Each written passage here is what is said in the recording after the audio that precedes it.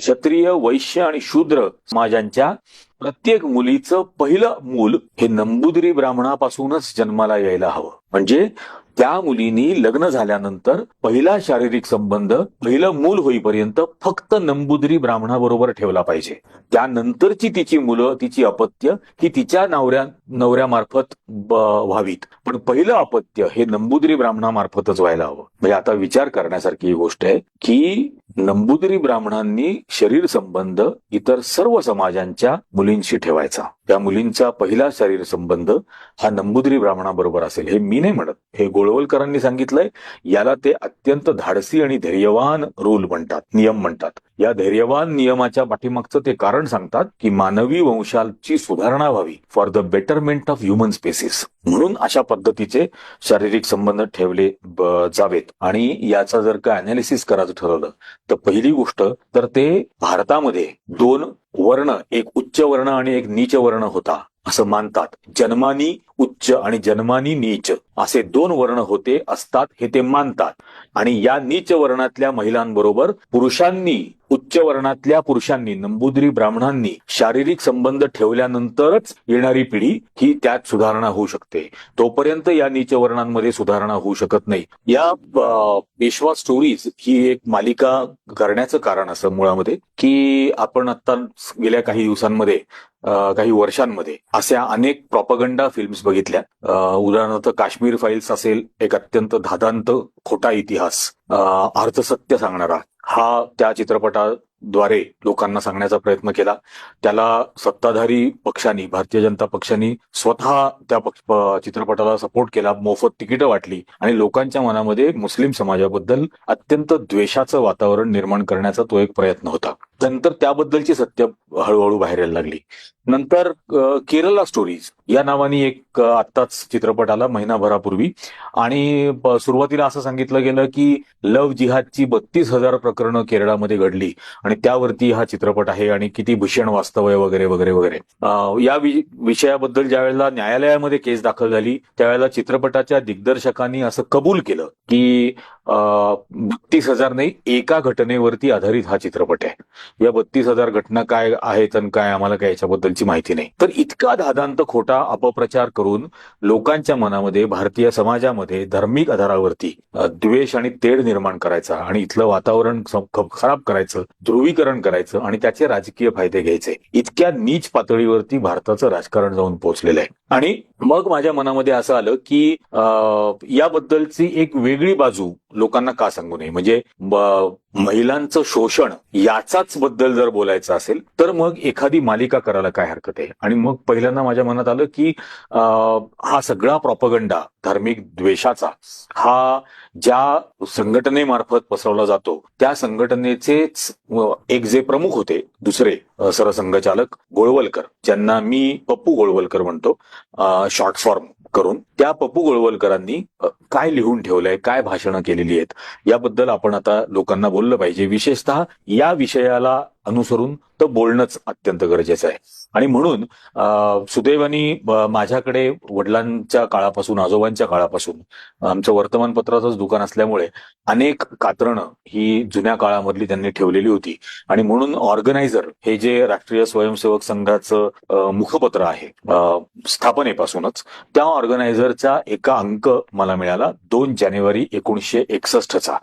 त्या 2 जानेवारी 1961च्या अंकामध्ये पप्पू गोळवलकरांचं गुजरात विद्यापीठामध्ये त्यांनी केलेलं भाषण विद्यार्थ्यांसमोर, त्या भाषणाचे हे क्लिप म्हणजे कात्रण याच्यामधलं मिळालं. आणि मग मला असं वाटलं की विद्यार्थ्यांना, म्हणजे आता तर फार विद्यार्थ्यांवर कसे संस्कार झाले पाहिजेत वगैरे वगैरे बोललं जातं, लैंगिक शिक्षण विद्यार्थ्यांना मिळालं पाहिजे याबद्दल ज्या वेळेला विषय काही वर्षांपूर्वी महाराष्ट्रात सरकारतर्फे आला होता त्यावेळेला त्याला प्रचंड विरोध या संघटनांतर्फे, या पक्षांतर्फे केला जात होता की विद्यार्थ्यांच्या दशेमध्ये तुम्ही त्यांना कुठल्या प्रकारचं शिक्षण देणार आहात.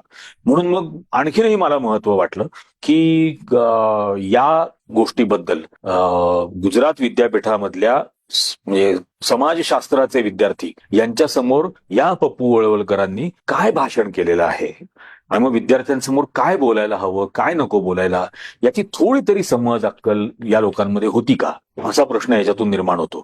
पण मग असं लक्षात आलं की नाही, यांच्यामध्ये अक्कल होती. कारण त्यातूनही हे जातवर्चस्व, वर्णवर्चस्व हे कसं विद्यार्थ्यांपर्यंत पोहोचवत होते हे यातून लक्षात येतं. आणि म्हणून मला असं वाटतं की हे जे 17 डिसेंबर 1960ला गुजरात विद्यापीठामधल्या समाजशास्त्र विभागाच्या विद्यार्थ्यांसमोर पप्पू गोळवलकरांनी केलेलं हे जे भाषण आहे, हे जे भाषण त्यानंतर 15 दिवसांनी 2 जानेवारी 1961च्या राष्ट्रीय स्वयंसेवक संघाच्या ऑर्गनायझर या मुखपत्रामध्ये छापून आलं, त्याचंच जे छापून आलं तेच आता मला असं वाटतं लोकांसमोर मांडणं खूप गरजेचं आहे. आणि हा आमचा पेशवा स्टोरीज या आमच्या मालिकेतला हा पहिला भाग आहे. त्यानंतर आपण इतिहासामधल्या आणि पुराणामधल्या आणि वेदांमधल्या कहाण्यांमध्ये आणि घटनांमध्ये जाऊयात, मनुस्मृतीमधल्या. पण या भाषणामध्ये 1961च्या पप्पू गोळवलकर हे विद्यार्थ्यांसमोर काय बोलले, त्यात ते असं म्हटले की आजकाल क्रॉस ब्रीडिंग चे जे वैज्ञानिक प्रयोग आहेत ते प्राण्यांवरती होताना दिसतात. पण क्रॉस ब्रीडिंगच्या बाबतीमधले मानवाने केलेले प्रयोग आणि विशेषतः भारतीय समाजामध्ये झालेले प्रयोग हे काय होते याकडे आपण बघितलं पाहिजे.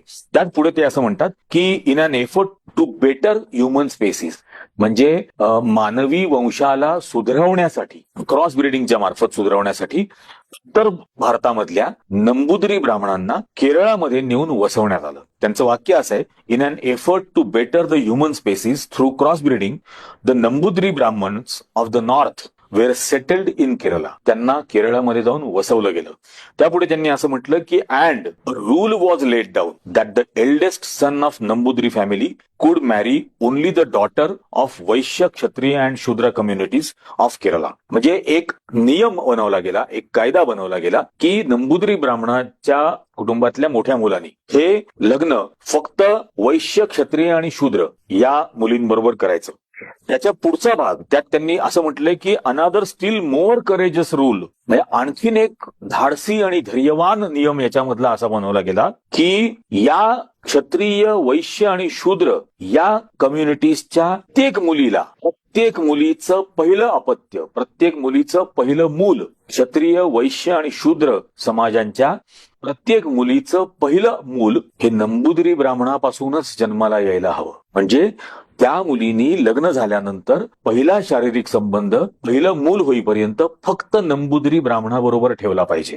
त्यानंतरची तिची मुलं, तिची अपत्य ही तिच्या नवऱ्यामार्फत व्हावीत, पण पहिलं अपत्य हे नंबूदरी ब्राह्मणामार्फतच व्हायला हवं. म्हणजे आता विचार करण्यासारखी ही गोष्ट आहे की नंबूदरी ब्राह्मणांनी शरीर संबंध इतर सर्व समाजांच्या मुलींशी ठेवायचा. त्या मुलींचा पहिला शरीर संबंध हा नंबूदरी ब्राह्मणाबरोबर असेल. हे मी नाही म्हणत, हे गोळवलकरांनी सांगितलंय. याला ते अत्यंत धाडसी आणि धैर्यवान रूल म्हणतात, नियम म्हणतात. या धैर्यवान नियमाच्या पाठीमागचं ते कारण सांगतात की मानवी वंशाची सुधारणा व्हावी, for the betterment of human species, म्हणून अशा पद्धतीचे शारीरिक संबंध ठेवले जावेत. आणि त्यापुढे ते असं म्हणतात की today this experiment will be called adultery but it was not so. म्हणजे आज याला व्यभिचार म्हटलं जाईल, पण ते तसं नव्हतं. म्हणजे अशा प्रकारच्या शारीरिक संबंधांना वैश्य, क्षत्रिय आणि शूद्र या समाजांच्या प्रत्येक मुलीबरोबर शारीरिक संबंध नंबूदरी ब्राह्मणांनी ठेवण्याच्या गोष्टीला ते व्यभिचार म्हणत नाहीत. हाय पप्पू गोळवलकर, हे लक्षात घेण्यासारखं आहे. ही अत्यंत गंभीर गोष्ट आहे. याचा जर का आपण विचार करायचा ठरवला आणि याचा जर का अनालिसिस करायचं ठरवलं तर पहिली गोष्ट तर ते भारतामध्ये 2 वर्ण, एक उच्च वर्ण आणि एक नीच वर्ण होता असं मानतात. जन्मानी उच्च आणि जन्मानी नीच असे 2 वर्ण होते, असतात, हे ते मानतात. आणि या नीच वर्णातल्या महिलांबरोबर पुरुषांनी, उच्च वर्णातल्या पुरुषांनी, नंबूदरी ब्राह्मणांनी शारीरिक संबंध ठेवल्यानंतरच येणारी पिढी ही त्यात सुधारणा होऊ शकते. तोपर्यंत या नीच वर्णांमध्ये सुधारणा होऊ शकत नाही, असंही यांचं म्हणणं आहे. आता याच्या वाईस वर्सा पण असू शकतो ना की नंबूदरी ब्राह्मणांच्या महिलांनी, मुलींनी वैश्य, क्षत्रिय आणि शूद्र यांच्या पुरुषांबरोबर शारीरिक संबंध ठेवला तरी हे होऊ शकत होतं, पण ते तसं नाही मानत. यातही त्यांची पुरुष सत्ताक ही मानसिकता याच्यातून दिसते की नंबूदरी ब्राह्मणांच्या पुरुषांनी फक्त अशा पद्धतीचे शारीरिक संबंध इतर समाजांच्या महिलांबरोबर ठेवायचे, जेणेकरून इतर या नीच वर्णांच्या समाजांची सुधारणा याच्यामध्ये होऊ शकेल. म्हणजे ही आज तर खरोखर व्यभिचार काही अत्यंत गलिच्छ मानसिकता आहे खरं तर. पण याच्यावरती ते विश्वास ठेवतात. त्यानंतर ते असं समजतात की नंबूदिरी ब्राह्मण ही एक सुपिरियर रेस आहे, की हा खरोखर एक उच्च दर्जाचा वंश आहे असं ते मानतात. म्हणजे इतकी वंशवादी, इतकी रेसिस्ट अशी ही विचारसरणी आहे. ज्याच्यानंतर हा मेल चॉव्हिनिझम जो आहे, ही जी पुरुष सत्ताक विचारसरणी आहे, ही याच्यामध्ये दिसते. आणि केवळ त्यांच्या मार्फतच या नीच वर्णाच्या मानवांचं यांच्यामध्ये सुधारणा होऊ शकते for the betterment of human species असं ते समजतात. यात त्यांना केरळमधल्या या ज्या काही महिला होत्या, मग त्या वैश्य असतील, क्षत्रिय असतील, शूद्र महिला असतील, यांच्या सँटिटीबद्दल, यांच्या पावित्र्याबद्दल, यांच्या चारित्र्याबद्दल, यांच्या चॉईस बद्दल यांना शून्य किंमत वाटते. हे असा सक्तीचा नियम केला जातो त्या ठिकाणी. आणि त्या सक्तीच्या नियमाचं हे समर्थन करतात भाषण करताना विद्यार्थ्यांसमोर. ही पण आणखीन एक अत्यंत गंभीर गोष्ट आहे की त्या महिलेचा चॉईस, त्या महिलेचं पावित्र्य, त्या महिलेचं चारित्र्य, या गोष्टीला काही महत्व आहे की नाही? याला किंचितही महत्व नाही. तिला हे मान्य नसेल तर तिला ते नाकारता येणार नाही. तिला हे करावंच लागेल, कारण तसा नियम, कायदा बनवला गेला केरळामध्ये. आणि आज तो कायदा व्यभिचार वाटेल, पण तसं ते नव्हतं असंही ते म्हणतात त्याच भाषणामध्ये विद्यार्थ्यांसमोर केलेल्या. म्हणजे या विद्यार्थ्यांच्या मनामध्ये ही एक अत्यंत रेसिस्ट, एक अत्यंत पुरुषसत्ताक, पॅट्रियार्कियल अशी वर्णवर्चस्वाची, लिंग वर्चस्वाची एक विकृत मानसिकता आणि अशा पद्धतीचे शारीरिक संबंध ठेवण्याला नैतिक समजणं, अत्यंत अनैतिक गोष्टीला, व्यभिचाराला, कायद्यांनी मान्य केलेल्या व्यभिचाराला याचं ते समर्थन करतात. आणि हे अशा पद्धतीची विचारसरणी विद्यार्थ्यांना ते शिकवण्याचा प्रयत्न करतात, विद्यार्थ्यांसमोर याच्याबद्दलचं भाषण करतात. हे अत्यंत धक्कादायक आहे आणि हे अत्यंत निषेधार्ह आहे. हे अत्यंत धिक्कार करावा अशा पद्धतीची विचारसरणी आहे. आणि केरला स्टोरीज या नावाने चित्रपट बनवले जातात. म्हणजे एखादा मुस्लिम मुलांनी, जसं भाजपच्या शाहनवाज हुसेननी विश्व हिंदू परिषदेच्या एका पदाधिकाऱ्याच्या मुलीबरोबर लग्न केलं, किंवा भाजपच्याच मुख्तार अब्बास नक्वींनी विश्व हिंदू परिषदेच्याच दुसऱ्या एका नेत्याच्या मुलीबरोबर लग्न केलं, याच्यात त्यांना लव्ह जिहाद नाही वाटत, कारण तो त्यांच्या पदाधिकाऱ्यांच्या मुलींनी केलेला आहे. पण एखाद्या मुस्लिम तरुणाने सर्वसामान्य कुटुंबातल्या मनापासून एखाद्या हिंदू मुलीवर प्रेम केलं आणि तिच्याशी लग्न केलं आणि तिला पत्नी बनवून स्वतःच्या घरी आणलं, तर तिला पत्नीचा दर्जा दिला. हे लक्षात घेतलं पाहिजे. इथं पप्पू वळवलकर या गुजरात विद्यापीठातल्या विद्यार्थ्यांसमोर केलेल्या भाषणामध्ये सरळ सरळ असं सांगतायत की क्षत्रिय, वैश्य आणि शूद्र समाजाच्या प्रत्येक मुलीचा पहिलं अपत्य हे नंबूदिरी ब्राह्मणाकडूनच जन्माला यायला हवं, त्यानंतरची त्यांची अपत्य ही त्यांच्या पतीकडून जन्माला यावीत. इतक्या अनैतिक आणि व्यभिचारी गोष्टीचं हा माणूस समर्थन करतो आणि हे विद्यार्थ्यांसमोर करतो. आणि या विद्यार्थ्यांच्या मनामध्ये अशा पद्धतीची विचारसरणी निर्माण करायला जातो. केरला स्टोरी जर बनवायचा असेल तर this is the first Kerala story.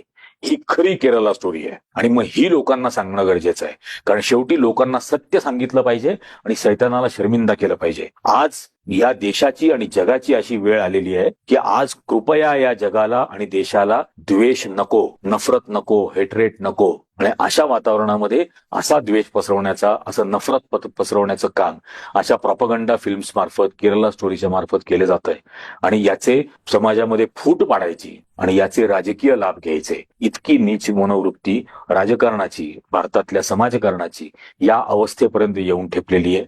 याचा धिक्कार व्हावा तेवढा कमी आहे. आणि म्हणून ही नवीन मालिका आम्ही सुरू करत आहोत, त्याचं नाव आहे पेशवा स्टोरीज. याच्या व्यतिरिक्त अशा अनेक कहाण्या येणाऱ्या भागांमध्ये सांगितल्या जातील. यातून फक्त शहाणं व्हायचं आहे. ज्या सगळ्या इतिहासात घडलेल्या घटना आहेत, या इतिहासात घडलेल्या घटनांवरून शहाणं होणं गरजेचं आहे. आणि शहाणं होऊन आपल्याला जो अधिकार आहे, मतदानाचा अधिकार, त्या मतदानाच्या अधिकारातून लोकशाही मार्गाने, अत्यंत अहिंसक मार्गाने या गोष्टीला प्रत्युत्तर देणं हे अतिशय गरजेचं आहे. पण ही विकृत विचारसरणी या देशामध्ये, या विचारसरणीला थारा मिळू नये ह्याचा आपण सर्वांनी विचार करण्याचं वेळ आलेली आहे. हाच प्रयत्न EG न्यूज मार्फत सातत्याने केला जाईल.